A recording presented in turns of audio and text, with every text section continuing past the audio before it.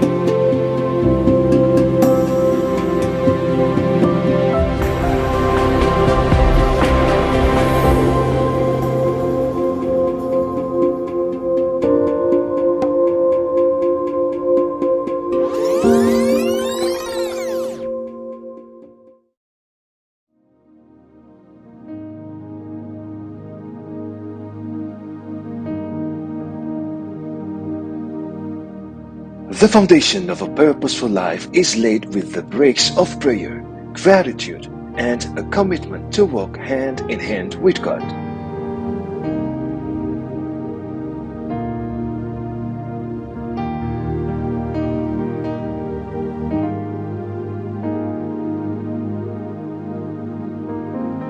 Have you put God first today?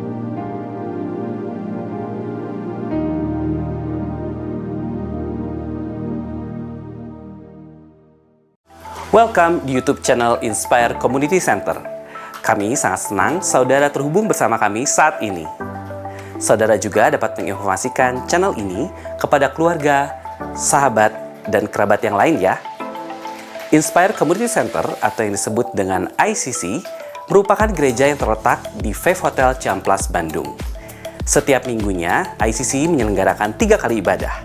Ibadah pertama jam 8, ibadah kedua jam 10, dan ibadah ketiga jam 12 siang.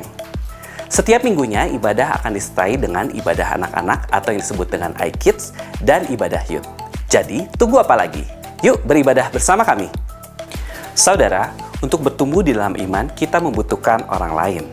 ICC memiliki komunitas kecil yang dinamakan iClick. Di dalam iClick, kita bisa bersekutu bersama saudara seiman, saling membangun dan saling menguatkan. iClick terbagi dalam beberapa kategori, yaitu single, couple or marriage, youth, dan juga college. Anda bisa mendaftarkan diri dan memilih sesuai dengan lokasi dan waktu yang sesuai dengan Anda. Daftarnya di link berikut ya. Everyday with Jesus. Saudara bisa mendapatkan renungan setiap hari yang akan dikirimkan ke WhatsApp saudara. Hubungi hotline gereja ICC di 081 220 222 111. Weekly Bible Study. Yuk belajar Alkitab lebih dalam bersama gembala kami, Pastor Chandra Sunjaya. Setiap hari Rabu pukul 6:25 pagi di Instagram @ChandraInspire. Devotion, sharing firman Tuhan secara singkat, tayang setiap hari Selasa dan Jumat melalui Instagram @ICC Bandung dan YouTube channel Inspire Community Center. Tertinggal atau ingin mendengarkan ulang khotbah mingguan? Tenang, kini saudara bisa memperoleh kumpulan khotbah ICC Bandung dengan cara scan barcode ini dan pilih sesuai dengan kebutuhan saudara. Sebagai pengikut Kristus, kita patut meneladani apa yang dilakukan Yesus. Baptis telah dilakukan sebagai tanda percaya kita kepada Tuhan. Anda dapat mendaftarkan diri untuk mengikuti baptis Islam di nomor 081 220 222 111. Anda dapat memberikan persembahan melalui e-banking, M-Banking, atau transfer ke nomor rekening berikut ini. Selamat menikmati firman Tuhan yang akan kita terima. Jangan lupa untuk catat, bagikan, dan lakukan setiap firman yang akan kita dengar hari ini. Mari kita berdoa. Bapa, terima kasih, kami bersukacita dan bersyukur ada dalam hadirat-Mu. Ada kenikmatan yang luar biasa Tuhan, ada kuasa-Mu yang Kau nyatakan atas setiap kami orang percaya Tuhan. Yang sakit Kau sembuhkan, yang lemah telah Kau kuatkan, yang terikat di dalam nama Yesus telah Engkau bebaskan.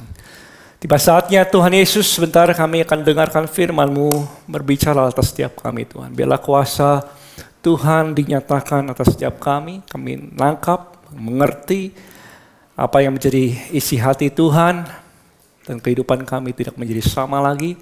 Percaya bahwa Tuhan yang bekerja atas kehidupan kami semua. Kami sambut firman Tuhan, segala puji, hormat, dan kemuliaan hanya bagi nama Kristus Yesus Tuhan. Yang siap, semangat, sama-sama katakan amin. Apa kabar? Kasih tahu kiri kanannya, so glad to see you. Ya, senang banget ketemu dengan saudara ya. Di saat-saat long weekend. Ya, besok liburan masih ya. Kalau saudara berlibur, enjoy your holiday, have a quality time with your family. Yes? Oh, yang yes cuma di sini doang. Sini yes gak? Oke, saudara. Kita sedang membahas satu seri yang menurut saya sangat penting sekali untuk pertumbuhan rohani saudara. Karena setiap anak-anak Tuhan bertumbuh perlu memiliki dasar pertumbuhannya, yaitu firman Tuhan. Yes. Kalau kita mengenal firman Tuhan, kita bisa lebih mengasihi Tuhan, kita bisa hidup dalam kehendak-Nya, dan itulah yang Tuhan mau. Nah, bulan ini saudara kita belajar banyak tentang apa itu keselamatan, apa itu artinya terima Yesus, diselamatkan, apa artinya penebusan, apa artinya salib Yesus. Kalau di firman Tuhan katakan Injil adalah kekuatan Allah yang menyelamatkan, maksudnya apa? Banyak orang Kristen sering mendengar bahwa Injil menyelamatkan lain sebagainya, tetapi ada kuasa apa di balik Injil Kristus sehingga orang-orang menerima Yesus bisa menerima keselamatan. Dan kita sengaja saudara bulan ini dari awal bulan kita sudah membahas ini sehingga nanti puncaknya pada hari perayaan Paskah ya saudara, dan Jumat Agung kita bisa membawa banyak jiwa-jiwa bagi Tuhan. Amin. Yang mau katakan amin. Katakan saja bawa jiwa ya. Ya, bawa jiwa bagi Tuhan, minimal 1-2 orang bawa untuk bisa mengalami kasih Tuhan, dan saya berdoa supaya bulan ini sungguh banyak jiwa-jiwa yang diselamatkan. Amin. Nah saudara, minggu lalu kita review sebentar, kita membahas tentang perang sudah selesai, itu serinya. Kalau saudara miss, nggak lihat minggu lalu, masih ada di YouTube, bisa cek di YouTube-nya bahwa ini serinya adalah perang sudah selesai. Ya, perang betul-betul sudah selesai. Bahwa kita adalah utusan-utusan Kristus yang Tuhan pakai untuk bisa membawa kabar damai sama banyak orang. Bahwa kabar yang saudara punya sebagai anak Tuhan bukan kabar biasa, tetapi kabar yang luar biasa. Setiap anak-anak Tuhan memiliki kabar yang luar biasa yang kita bisa sampaikan, yang bisa menyelamatkan banyak orang. Yang ada di dalam hati saudara. Yang kau bisa sampaikan sama orang-orang, memberitakan Injil kepada orang-orang. Dan ketika orang-orang menerima Injil, teman-teman saudara, keluarga besarmu, saudara-saudara kita yang jauh mungkin dengar Injil dari mulut saudara, mereka bisa menerima keselamatan. Bahwa kita punya berita yang besar bahwa Yesus telah menjadi dosa bagi kita. Amin. Bahwa Tuhan Yesus telah menjadi dosa, bahwa tidak lagi ada perseteruan atau permusuhan atau halangan antara Bapa dengan manusia. Karena Yesus telah mematahkan kuasa dosa di kayu salib. Yesus telah menembus dosa kita. Yesus telah menjadi dosa karena kita. Dan setiap kita punya berita yang luar biasa menyampaikan sama banyak orang bahwa perang betul-betul sudah selesai. Tidak lagi ada halangan atau permusuhan manusia dengan Bapa. Semuanya Yesus telah selesaikan di kayu salib. Sehingga orang perlu berhenti, manusia yang di luar yang gak mengenal Tuhan perlu berhenti berjuang untuk mendapatkan damai dengan Bapa. Karena di luar sana banyak orang yang terus berjuang untuk bisa dapat perkenanan Bapa. dengan kelakuan baik, dengan memberikan sedekah dan lain sebagainya, dengan beribadah supaya Bapa berdamai dengan dia. Dan setiap kali dia mengalami hal-hal yang gak enak, lalu dia melihat dosanya. Waduh, rasanya dosa saya banyak nih. Lalu saya harus berbuat ini dan lain-lain sebagainya supaya saya bisa berdamai dengan Bapa. Dan saudara punya pesan yang besar untuk membebaskan mereka bahwa perang sudah apa? Selesai. Yesus sudah menjadi dosa bagi setiap kita. Dan setiap orang yang mau berdamai dengan Allah bukan lagi untuk diperjuangkan, tetapi damai dengan Allah adalah sesuatu yang kita terima. Amin. Di dalam Yesus. Karena Yesus telah menjadi dosa bagi kita.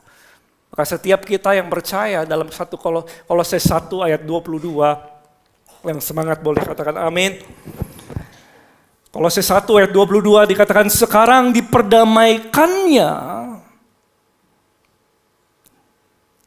dalam tubuh jasmani Kristus oleh kematiannya di kayu salib.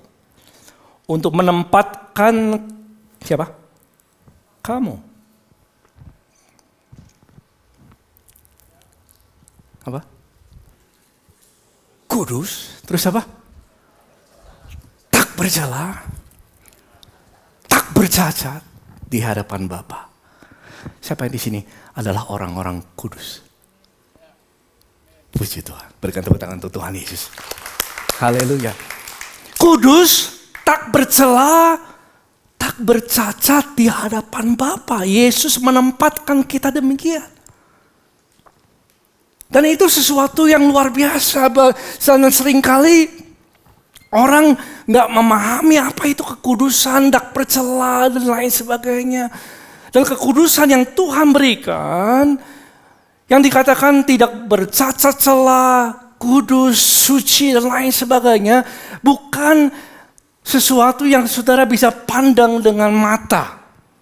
Keselamatan ukurannya bukan ukuran manusia.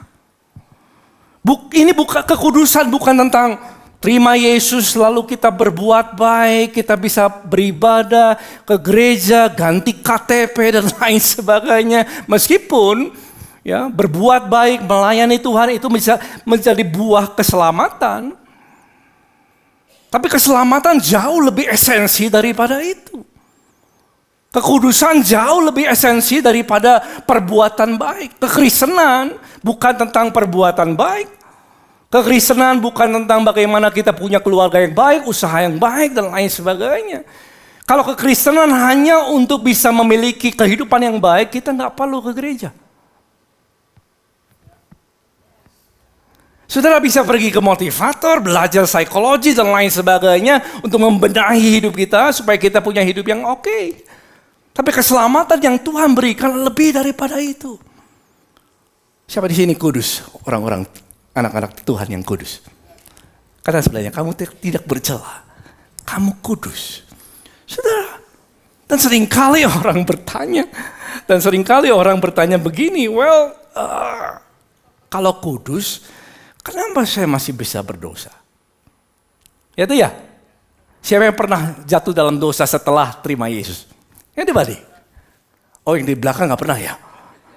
Ada yang pernah saudara? Lambaikan tangannya, jangan malu-malu. Angkat tangannya tinggi-tinggi. Kalau pernah jatuh dalam dosa, dalam pikiran, ucapan, tindakan setelah terima Yesus. Pernah? Oke, setiap kita pernah. Katakan sebelahnya kita senasib. Lalu apa yang dikatakan kudus dong? Lalu dikatakan tidak bercela di hadapan Bapa. Kalau kita setelah menjadi anak Tuhan, kita masih bisa jatuh dalam dosa. Lalu ada orang berkata, katanya orang Kristen. Nah ini kita sering dengar di luar, katanya orang Kristen. Kok begini? Pernah nggak? Katanya orang Kristen, kok begitu? Melakukan banyak hal yang merugikan orang dan lain sebagainya. Katanya pelayan Tuhan, kok begini? Mana kekudusan? Mana yang menjadi tanda bahwa saudara dan saya adalah orang-orang yang sudah diselamatkan? Dan ini menjadi satu kebingungan bagi banyak orang, saudaraku. Kenapa? Karena mereka, dengar baik saudara, jangan miss this, you miss the sermon. Dengar baik. Karena orang mengukur keselamatan dari ukuran manusia. Ini masalahnya. Ukuran keselamatan dibandingkan dengan ukuran perbuatan baik. No, keliru saudara. Keselamatan ukurannya bukan ukuran manusia. Bukan sesuatu yang saudara bisa pandang dengan mata. Mari kita buka dalam 2 Korintus 5 ayat ke-16. And this will set you free. Sebab itu, kami tidak lagi menilai seorang juga pun menurut apa? Ukuran manusia. Amin. Dan jika kami pernah menilai Yesus Kristus menurut ukuran manusia, sekarang kami tidak lagi menilainya demikian. Makanya ayat selanjutnya dikatakan siapa yang ada di dalam Yesus, dia adalah apa? Ciptaan yang baru. Yang lama sudah berlalu, yang baru telah tiba. Yang bersuka cita katakan amin. Ya, keselamatan ukurannya bukan ukuran manusia. Ciptaan baru ukurannya bukan ukuran manusia. Tapi sesuatu ketika orang menerima keselamatan di dalam diri orang itu, rohnya yang tadinya mati karena dosa.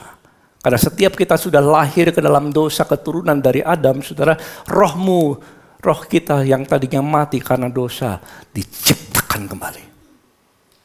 Yang mengerti katakan amin. Dan materai, Roh Kudus memateraikan rohmu di dalam diri saudara, sehingga hidup yang kekal sudah ada di dalam kehidupan setiap orang percaya. Berikan tepuk tangan untuk Tuhan Yesus. Meskipun orang bisa jatuh nggak pasal dalam jiwanya, masih bisa jatuh dalam dosa, dalam jiwanya, dalam pikiran, dalam keinginan, dalam perasaannya. Masih bisa jatuh nggak dalam tubuhnya berdosa, masih bisa. Tapi rohnya telah dimateraikan oleh kuasa Roh Kudus. Sehingga hidup kekal tinggal di dalam orang itu. Dan seperti kita diselamatkan bukan karena perbuatan, yang mengerti katakan amin. Maka saudara tidak kehilangan keselamatan oleh perbuatan. Saya ulangi ya. Seperti keselamatan kita bukan karena perbuatan kita. Makanya orang percaya tidak kehilangan keselamatan oleh karena perbuatannya. Amin. Ya. Haleluya. Lalu kemarin ada yang tanya, berarti enak dong bisa dosa terus. Kalau orang Kristen berarti enak dong bisa berbuat dosa terus. Loh, kalau saya jatuh dalam dosa gak kehilangan keselamatan. Lalu lebih baik saya berpesta dalam dosa kalau kayak gitu. Nah, firman Tuhan sudah jelas katakan dalam Roma 6 ayat 15. Jadi bagaimana? Ayo, let's reason together. Jadi bagaimana? Apakah kita akan berbuat dosa? Karena kita tidak berada di bawah hukum Taurat, tetapi di bawah kasih karunia. Yuk sama-sama 2, 3 apa? Sekali-kali tidak. Kalau kita berdosa kita harus bertobat. Kata sebelahnya harus bertobat. Harus bertobat. Tapi pertobatanmu bukan untuk keselamatan saudara. Memulihkan saudara hubungan dengan Bapa. Bukan. Pertobatan kita dari dosa adalah supaya saudara mengalami perubahan, pemulihan. Kau bisa dipakai Tuhan untuk berbuah banyak dan menjadi kesaksian dan kemuliaan bagi nama Tuhan. Berikan tepuk tangan untuk Tuhan Yesus. Itu tujuannya dari pertobatan saudara. Pertobatan kita kalau kita jatuh dalam dosa setelah keselamatan bukan untuk mengembalikan keselamatanmu. Amin. Karena keselamatan yang Tuhan berikan tetap tinggal di dalam saudara. Haleluya. Yes. Dan itu berita yang kita miliki bagi banyak orang. Dan kalau tetap kita tinggal di dalam dosa, maka ayat selanjutnya akan berkata demikian.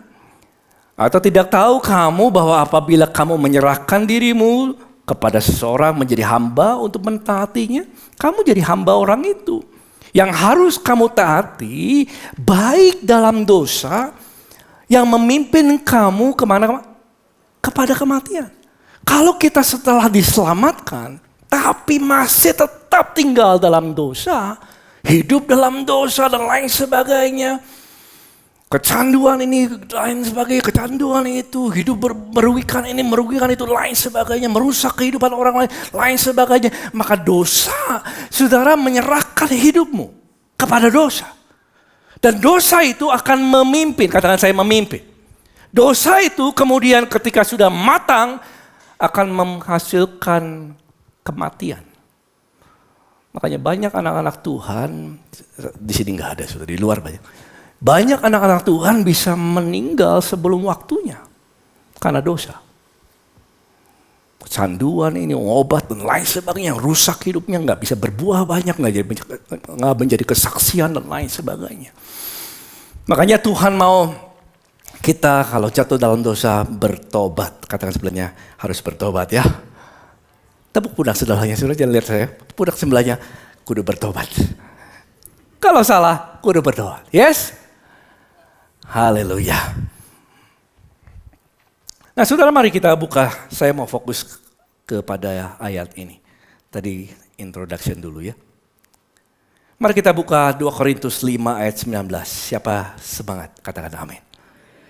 Oke.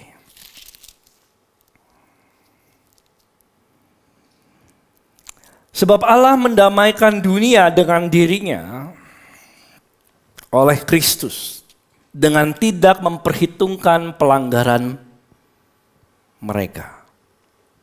Wow. Saya ulangi ya. Allah mendamaikan dunia dengan dirinya oleh Kristus dengan sama-sama apa? Tidak memperhitungkan pelanggaran mereka. Siapa yang bersyukur bahwa Tuhan gak memperhitungkan setiap dosa-dosa kita? Berikan tepuk tangan dong untuk Tuhan Yesus. Allah tidak memperhitungkan pelanggaran kita. Karena Yesus sudah menjadi apa?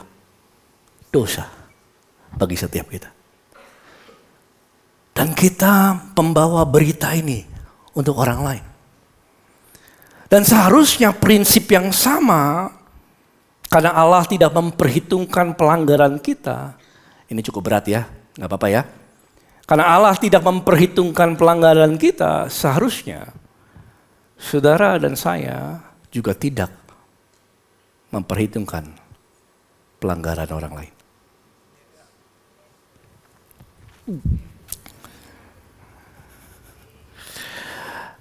Yang percaya katakan aduh. Siapa yang bersyukur Tuhan gak memperhitungkan pelanggaran kita? Berarti kita gak memperhitungkan pelanggaran orang lain. Kalau anakmu berdosa, kalau keluargamu berdosa, kalau orang lain berdosa, saudara gak menjadi orang yang sinis, gosip, menghakimi,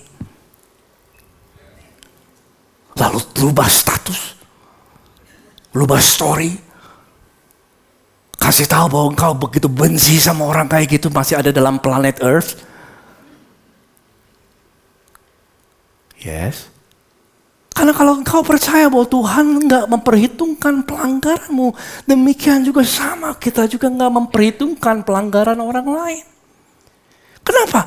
Kalau saudara masih punya mindset memperhitungkan pelanggaran orang lain, maka kita gak akan memberitakan kabar baik kepada mereka. Padahal untuk itulah kita diutus, kita dipanggil untuk memberitakan Injil kepada mereka. Dan seringkali orang Kristen menjadi orang yang eksklusif karena memperhitungkan pelanggaran orang lain. Kalau yang sudah parah banget bukannya ditolong, bukannya beritakan Injil, maka dibenci dan digosipin dan lain sebagainya. Allah tidak memperhitungkan pelanggaran mereka, demikian kita nggak memperhitungkan pelanggaran orang lain.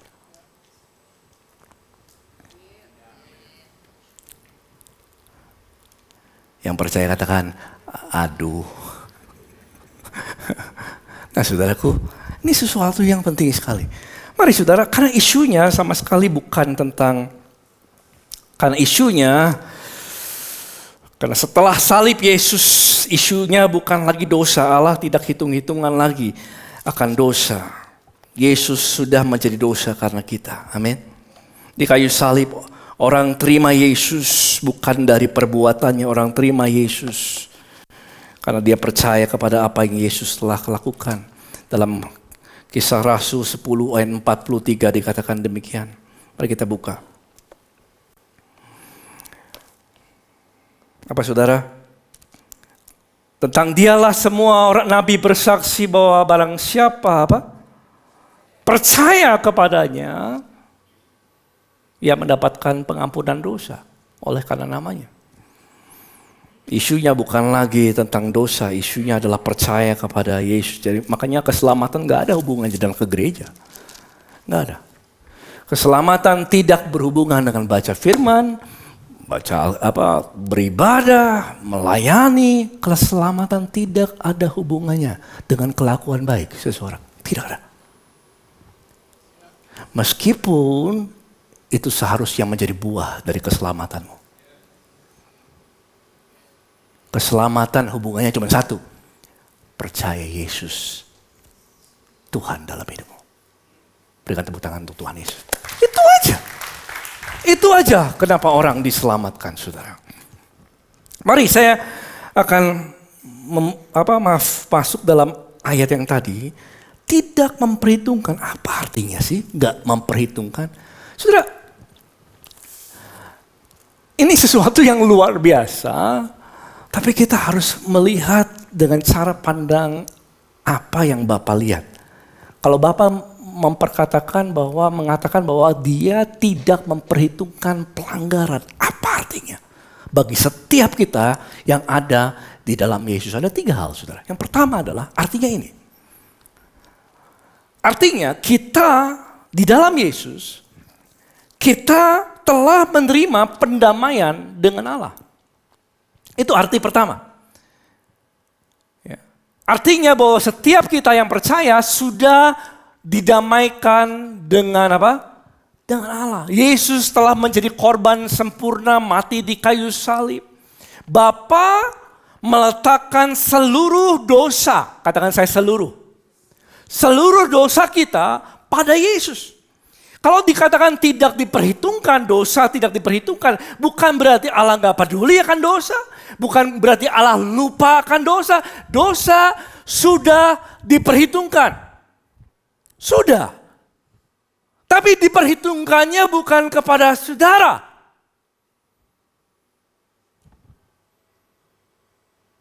Tapi kepada Yesus. Karena upah dosa adalah maut. Yesus sudah menanggung hukuman itu. Yesus telah menanggung, dia telah menjadi dosa. Dosa sudah diperhitungkan dengan sempurna. Dan dosa telah diperhitungkan kepada Yesus. Makanya saya tulis ini. God places on Jesus what belongs to us. And God places on us what belongs to Jesus. Allah menaruh kepada Yesus apa yang seharusnya menjadi milik kita. Dan Allah menaruh kepada kita apa yang seharusnya menjadi milik Yesus. Yesus yang tidak mengenal dosa diperhitungkan dosa oleh Allah karena kita. Amin. Supaya kita dibenarkan di hadapan Tuhan. Saya tulis ini. Pada Yesus yang tidak mengenal dosa telah diperhitungkan dosa oleh Bapa. Supaya kita yang berdosa dibenarkan Allah karena Yesus. Saudara, setiap kita yang sudah ada di dalam Tuhan, saudara telah menerima pendamaian dengan Bapa. Untuk itu kita bersukacita, yang katakan bersukacita katakan amin. Ada damai, berarti nggak ada lagi penghalang untuk datang kepada Bapa, nggak ada. Saudara, sama seperti orang yang mendapatkan nilai 100, saya katakan minggu lalu, tanpa ujian. Karena Yesus telah menanggung seluruh dosa kita di kayu salib. Sehingga kita yang percaya sudah bisa didamaikan oleh Allah, kita bisa datang dengan berani. Ketika Yesus mati di kayu salib, saudara lihat ini dalam Matius 27, ayatnya ke-50. Matius 27 ayat ke-50 dikatakan demikian. Yesus berseru pula dengan suara nyaring lalu menyerahkan nyawanya. Ini terjadi di salib, pada waktu salib Yesus. Dan lihatlah ayat 51, tabir bait suci terbelah. 2 dari atas sampai ke bawah. Dan terjadilah gempa bumi dan bukit batu terbelah. Sudah, tabir itu telah terbelah yang menghalangi orang bisa masuk ke dalam ruang kudus, maha kudus itu telah terbelah dari atas sampai bawah ketika Yesus mati. Berarti tidak lagi ada halangan untuk datang kepada Bapa.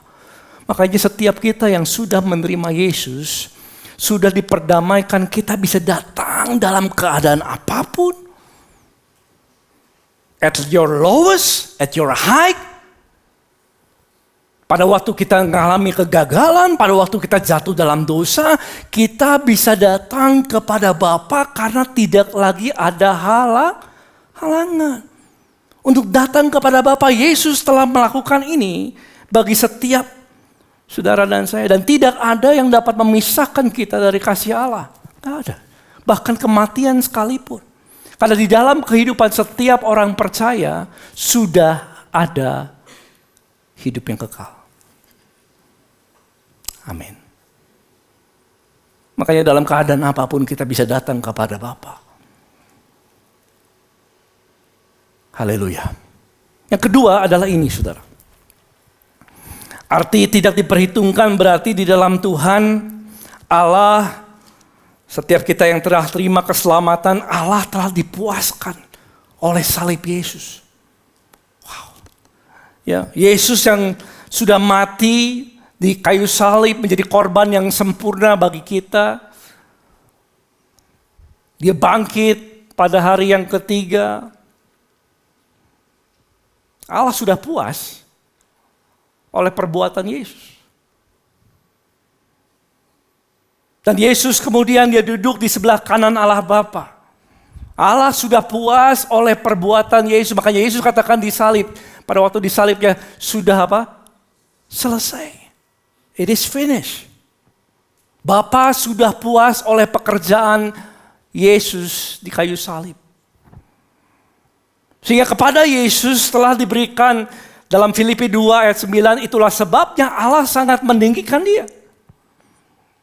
Mengaruniakan kepadanya nama di atas segala nama.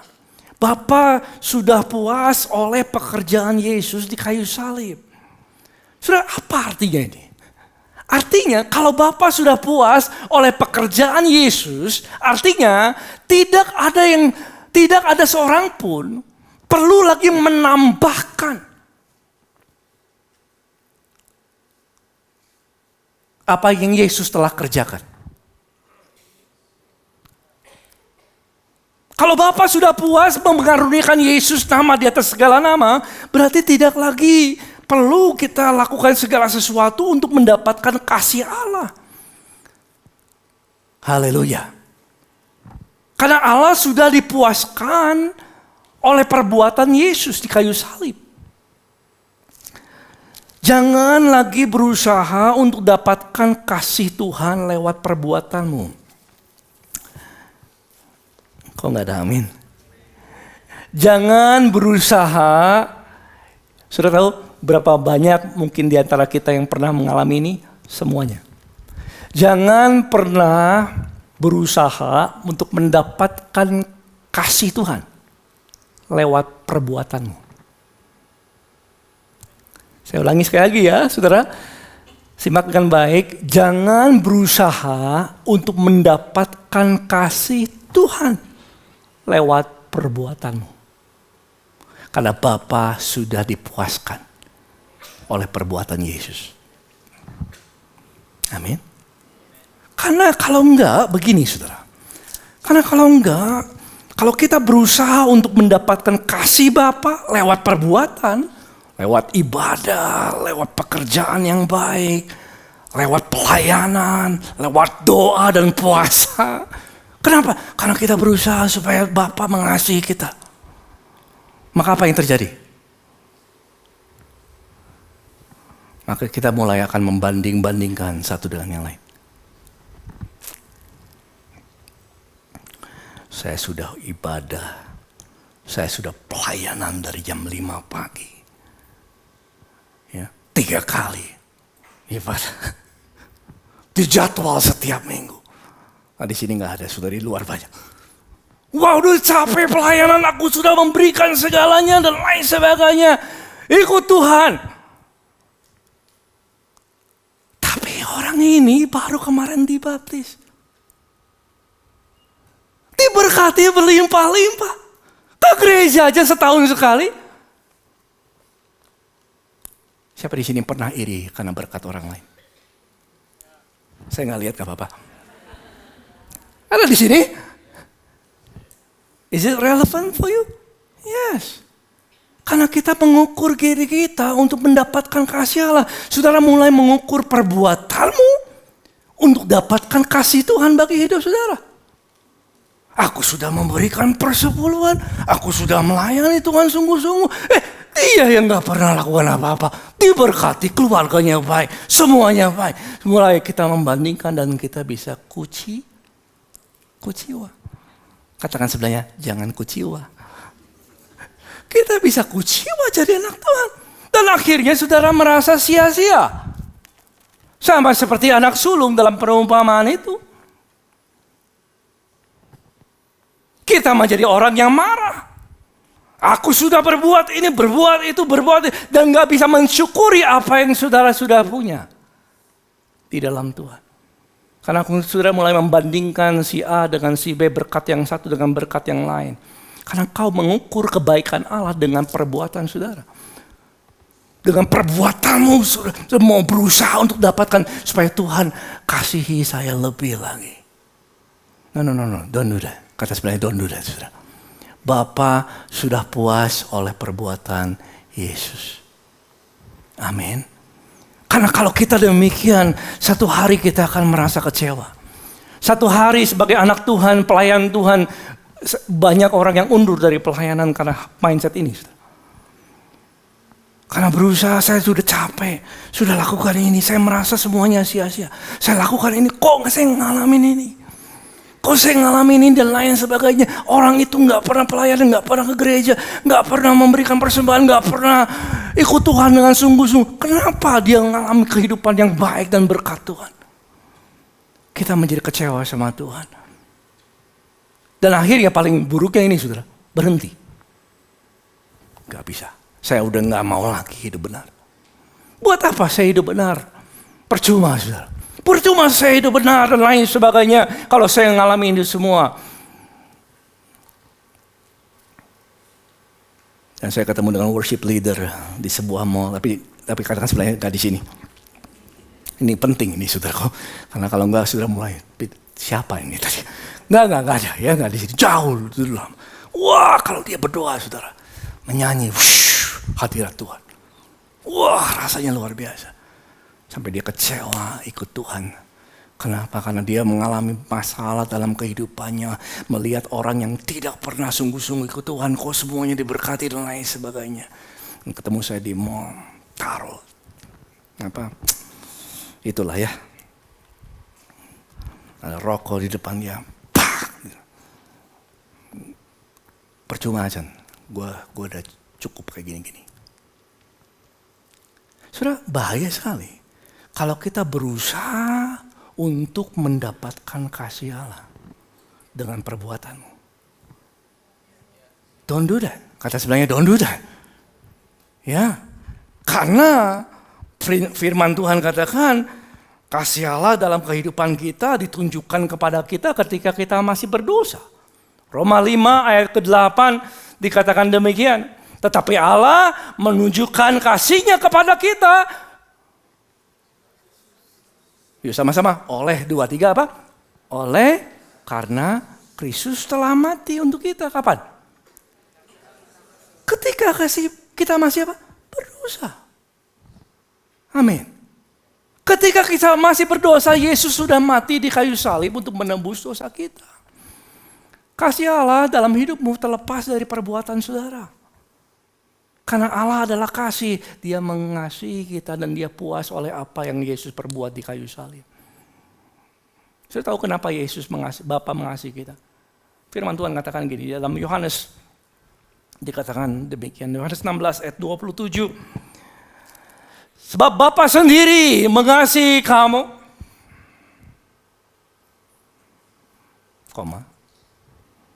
Apa? Karena kamu mengasihi Yesus. Dan percaya bahwa Yesus datang dari Allah. Siapa yang percaya kepada Tuhan Yesus? Berikan tepuk tangan untuk Tuhan Yesus. Katakan sebelahnya, kalau kita percaya pada Yesus, Bapa mengasihi kamu. Amin. Jadi jangan lagi untuk berbuat segala sesuatu untuk bisa mendapatkan kasih Tuhan. Dan saya hidup ini, saudara. Dulu saya nggak ngerti apa-apa tentang Injil, keselamatan. Saya berusaha lakukan ini, lakukan itu, dan lain sebagainya. Saya masih ingat ini istri saya di sini. Ke gereja, komsel nggak pernah miss, pelajaran nggak pernah miss. 10 kali ke gereja 1 minggu, saudara. Wah, untuk dapatkan kasih Tuhan. Berpuasa 40 hari. Kadang-kadang pernah 3 hari berpuasa sampai saya keliyeng-keliyeng. Nggak bisa turun ranjang. Kenapa saya pikir Bapak akan mengasihi saya lebih lagi. I was almost die, I think. Dan tiba-tiba istri saya mau hamil. Dan ketika dia tahu hamil dan nggak taunya nggak ada kehamilan dalam dalam rahimnya, sudah. Wah, saya kecewa berat. Saya bilang saya sudah lakukan ini loh. Saya sudah bersaksi, saya sudah lakukan ini dan itu dan lain sebagainya. Tuhan, kenapa? This is what I got. Saya lupa apa yang Yesus lakukan bagi saya. Bahwa Dia telah memberikan hidup yang kekal. Kata sebelahnya, don't do that. Amin. Jangan ukur kasih Tuhan lewat perbuatanmu. Yes. Yang ketiga, yang terakhir, yang tidur boleh bangun. Hukuman atas dosa telah, artinya kalau Allah tidak memperhitungkan lagi, berarti hukuman atas dosa telah dibayar lunas. Wow, this is big. Hukuman atas dosa sudah lunas dibayar. Mari kita buka dalam 1 Korintus 6. Dan biarlah dalam nama Yesus ini jadi terang benderang pagi hari ini. 1 Korintus 6 ayat 20 dikatakan sebab kamu, sama-sama 2-3 apa? Sebab kamu telah diberi dan lunas dibayar. Karena itu muliakanlah Allah dengan tubuhmu. Sudah tahu apa yang Yesus lakukan di kayu salib? Dia telah membayar hukuman dosa dengan lunas. Lunas. Lunas artinya tidak ada hutang lagi. Ada tepuk tangan untuk Tuhan Yesus. Dengan darah yang mahal, Yesus membayar hukuman atas dosa di kayu salib dengan lunas. Sehingga dosa sebelumnya, dosa sekarang, dan dosa sepanjang kehidupanmu sudah lunas. Tidak, katakan sebenarnya tidak lagi ada hutang. Maka tidak lagi ada hutang. Semuanya sudah lunas. Dalam Kolose 2 ayat 14, mari kita buka. Dengan menghapuskan surat hutang. Hukuman dosa sudah lunas dibayar. dosa kapan, pastor? Dosa sepanjang hidupmu. Sudah lunas. Di mana lunasnya? Surat hutang itu disalib. Dengan menghapuskan surat hutang oleh ketentuan-ketentuan hukum yang mendakwa, mengancam kita. Kapan surat hutang itu dibayar lunas? Itu di apa? Ditiadakannya dengan apa, saudaraku? Memakukannya pada kayu salib. Katakan sebelahnya, hutangmu sudah lunas. Kita nggak lagi ada hukuman atas dosa. Kenapa? Hutangmu sudah lunas, dibayar. Makanya Roma 8 ayat ke-1 dikatakan demikianlah sekarang. Hei, lihat ini saudaraku. Tuhan Yesus, lihat ini, fokus ini. Demikian sekarang, apa? Tidak lagi ada apa? Penghukuman bagi mereka yang ada di dalam Kristus Yesus. Kenapa nggak ada penghukuman lagi atas dosa? Bapa nggak menghukum lagi atas dosa. Kenapa, sudah? Karena sudah lunas. Amin. Nah, gini. Kalau sudah lunas, jangan biarkan iblis menagih lagi.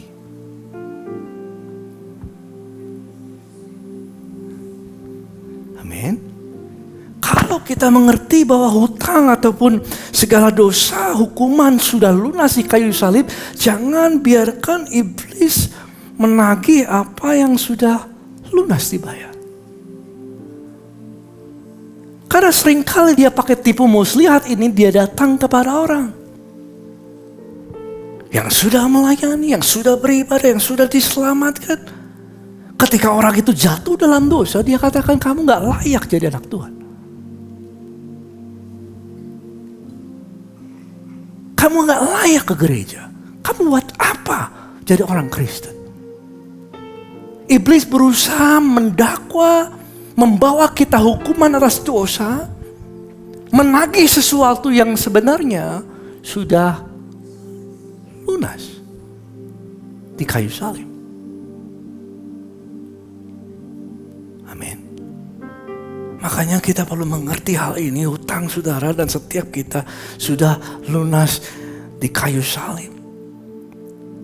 Beres. Hukuman atas dosa kita sudah selesai. Nah, bukan berarti kalau kita jatuh dalam dosa terus hidup dalam dosa. Jangan, saudaraku. Kenapa? Karena kita perlu berbuah dalam kehidupan. Kita perlu menjadi kesaksian.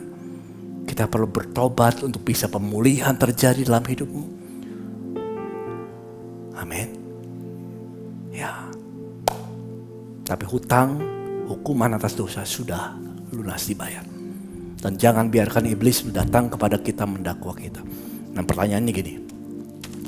Pastor, apa yang saya lakukan untuk bisa terima ini semua?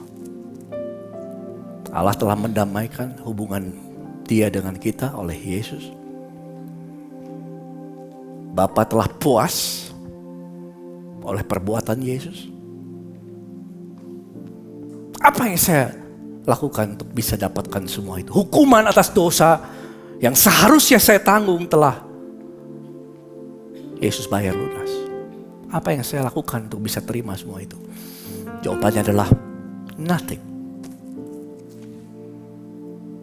Sudah tinggal terima.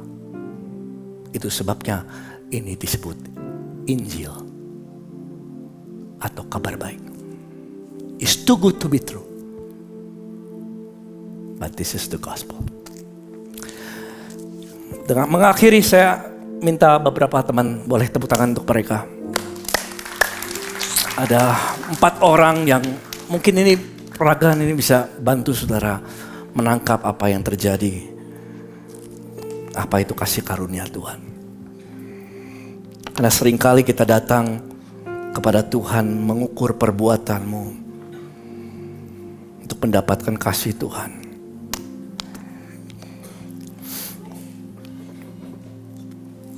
Wah, langsung berdoa saudaraku. Luar biasa sekali. Ini belum diceritain, langsung begitu setting. Dahsyat ya, hadirat Tuhan. Saudara, kalau saudara pernah baca, ini terjadi banyak di Alkitab ya. Saya ambil satu aja. Pada waktu Yakub sudah menjadi tua dan gak bisa lihat, di Mesir, di tanah Goshen, Yusuf yang adalah Perdana Menteri saat itu, penguasa di Mesir, dia bawa kedua anaknya. Yang pertama adalah Manasye, siapa? Yang kedua adalah Efraim. Manasye purposely, sengaja Yusuf tempatkan di sebelah kanan. Karena dia yang sulung. Efraim yang bungsu memang ditempatkan di sebelah kiri. Karena itulah budayanya. Itulah yang memang seharusnya. Supaya bapaknya Yakub yang sudah menjadi tua meletakkan tangan kanannya yang bicara tentang greater blessing atas yang sulung, yaitu Manasye. Dan tangan kirinya yaitu lesser blessing kepada yang bungsu, yaitu Efraim. Ini yang Yusuf harapkan. Dan dia bawa Manasye dan Efraim. Dan dia bayangkan Yakub akan memberkati dengan cara yang demikian.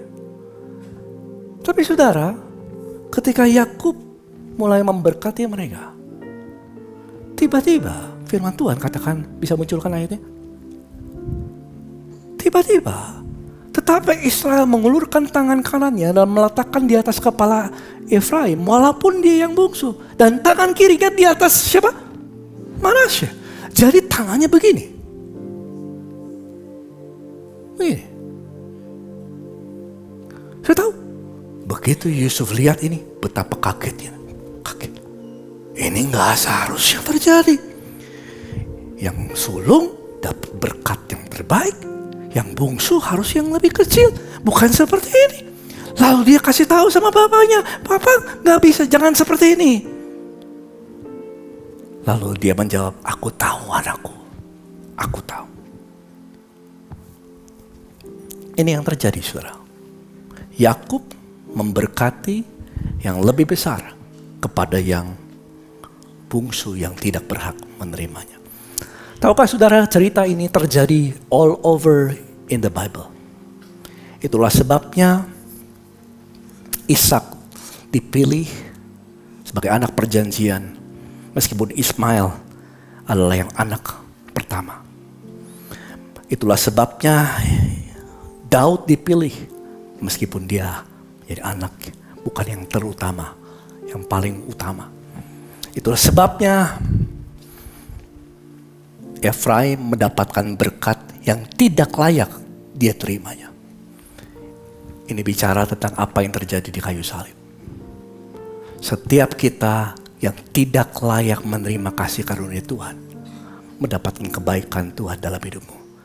Karena Tuhan mengasihi setiap kita. Bukan karena perbuatanmu, tapi karena kasih Tuhan dalam hidupmu. Kita bersyukur untuk kasih Tuhan. Berikan kemuliaan bagi Tuhan Yesus. Thank you teman-teman semua. Terima kasih. Udah mirip banget kayak Yakub.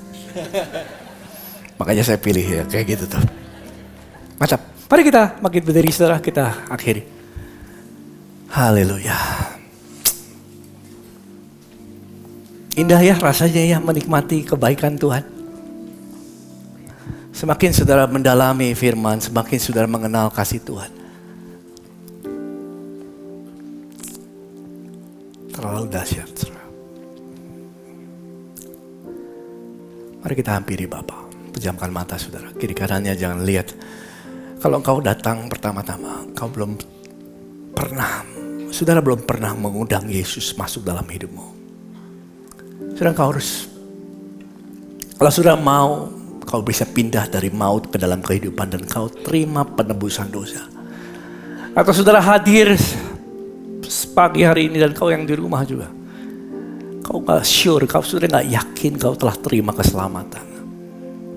Sudah mau nerimanya saat ini. Supaya iblis gak lagi berkuasa atasmu. Kau pindah kerajaan. Dari kerajaan kegelapan kepada kerajaan anaknya. Anaknya yang kekasih yaitu Yesus. Kalau engkau itu pejamkan matamu, jangan lihat kiri kanan dan juga yang di rumah. Saudara boleh taruh tangan kanan saudara di dada. Yang mau terima keselamatan. Atau yang gak yakin akan keselamatan boleh taruh tangan kanan saudara di dada. Saya lihat tangan-tangan banyak sekali saudara.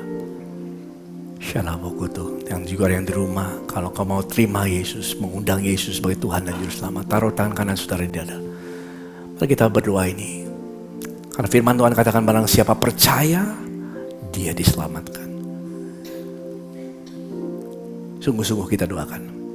Bapa, mari kita semua sama-sama berdoa. Bapa, ampuni saya. Saya adalah orang berdosa dan upah dosa adalah maut. Tapi saya percaya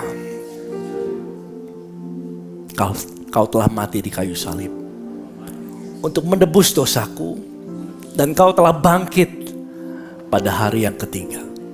Tuhan Yesus, sekarang ini aku mengundang Kau masuk dalam hidupku sebagai Tuhan dan Juru Selamat.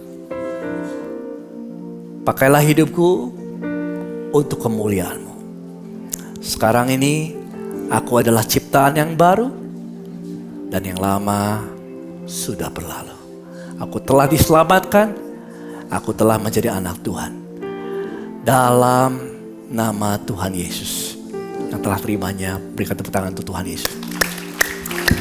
Kalau saudara sungguh-sungguh percaya dalam hati dan mengaku di mulut, saya percaya Engkau telah pindah dari maut ke dalam kehidupan. Dan namamu terdata dalam kehidupan.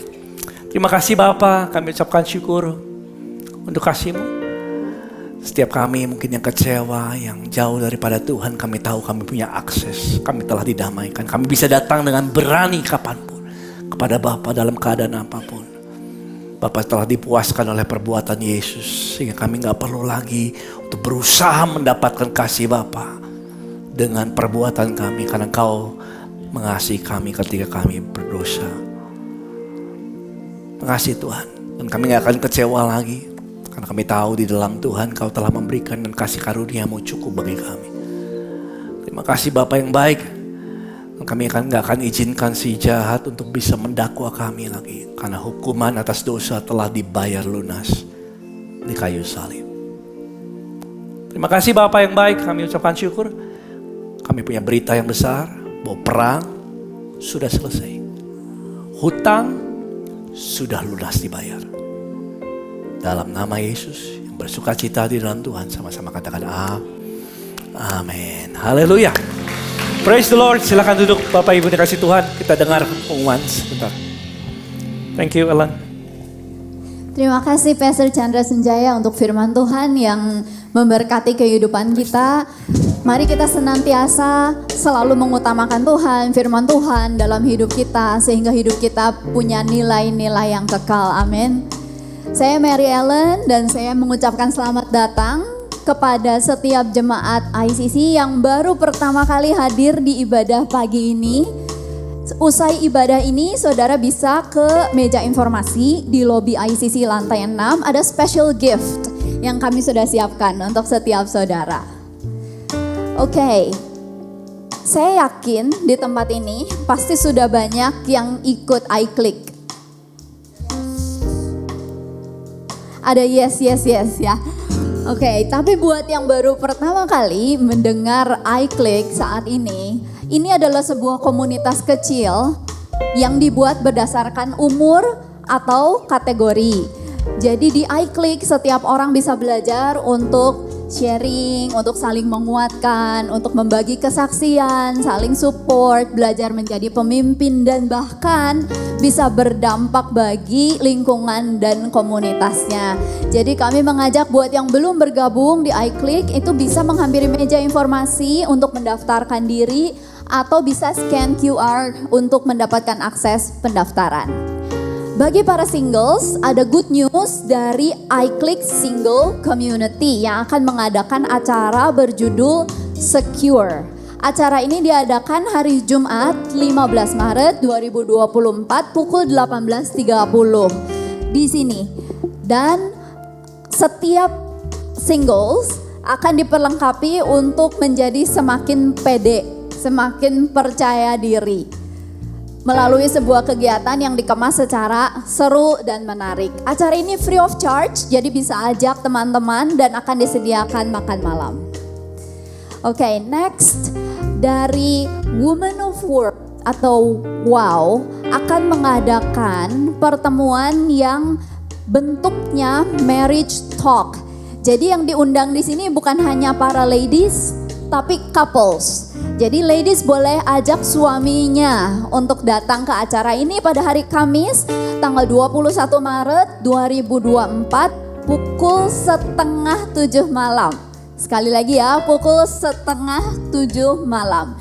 Marriage Talk ini judulnya Healthy and Thriving Sex Life yang akan dibawakan oleh Pastor Caleb dan Ripka. Yang akan jadi moderatornya Mara Badudu dari JPCC.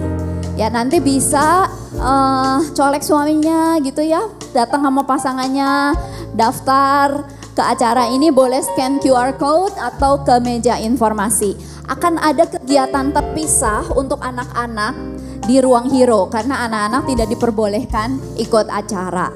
Ya, pastikan saudara catat tanggal dan waktunya. Jika lupa boleh tanya lagi nanti di meja informasi. Kami mengundang sebanyak mungkin couples di ICC ya untuk bisa ikut acara ini. Oke, berikut ICC juga mengundang Bapak Ibu yang usianya di atas 60 tahun untuk bersama-sama berkomunitas di ibadah senior ICC pada hari Sabtu 23 Maret 2024 pukul 10 pagi. Dengan judul Pujian Sejati yang akan dibawakan oleh worship leader kita Mr. Daud Pamei. Pengumuman terakhir rangkaian ibadah Paskah ICC tanggal 29 Maret hari Jumat kita mengadakan ibadah Jumat Agung jam 8 dan 10.30 pagi dengan judul Saving Grace. Lalu hari Minggu ibadah Paskah itu 3 kali jam 8, jam 10.30 dan jam 1 siang dengan judul In Christ. Pastikan saudara catat tanggal-tanggal dan jam-jam ibadahnya. Sekian pengumuman hari ini, mari kita sama-sama berdiri, siapkan hati untuk menerima berkat Tuhan.